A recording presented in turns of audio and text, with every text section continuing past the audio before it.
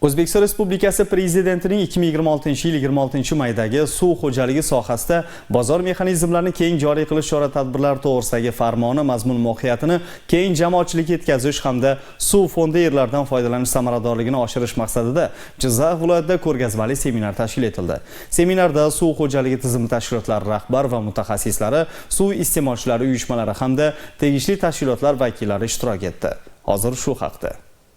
Tadbir davomida farmonda belgilangan ustuvor vazifalar, jumladan suv fondi yerlaridan samarali foydalanish, bozor mexanizmlarini joriy etish, suv yetkazib berish xizmatlari samaradorligini oshirish, suv hisobini yuritish tizimlarini takomillashtirish hamda raqamli texnologiyalarni keng tatbiq etish masalalari yuzasidan tushuntirishlar berildi. Seminarning amaliy qismida Paxtakor tumanidagi Samarqand mahalla fuqarolari yig'ini hududidan o'tuvchi Janubiy Mirzacho'l magistral kanali qirg'oqbo'yi hududida ekoturizmni rivojlantirish bo'yicha amalga oshirilayotgan ishlar bilan tanishildi. Xususan 5 gektar maydonda zamonaviy dam olish maskanlari, yengil konstruksiyali inshootlar, ko'ngilochar va maishiy xizmat ko'rsatish shoxobchalarini tashkil etish tajribasi ko'rib chiqildi.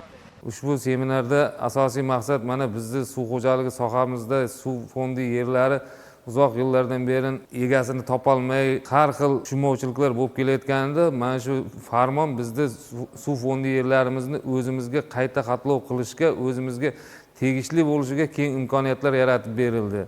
Bu farmon bilan suv fondi yerlarimizga egalik qilish bilan birga yerlarimizni ijaraga berish tartib-tamoyillari ham ko'rsatib o'tildi. Suv fondi yerlarini ijaraga berish orqali qo'shimcha ish o'rni yaratish, aholi bandligini ta'minlash,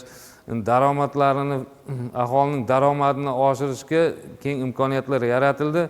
Shuningdek, daryo va soylarda qum shag'allarni tozalash tadbirlarini amalga oshirish keng ko'rsatib o'tildi ushbu farmon bilan. Ya'ni ekologiya va favqulodda vaziyatlar boshqarmalari bilan qo'shma hamkorlikda o'rganib chiqilib, ularni tozalanadigan joylar aniqlanib, farmon asosida tozalanishi belgilandi. U yerda tozalanadigan qum shag'allarni hisob-kitoblari ham aniq belgilab berildi.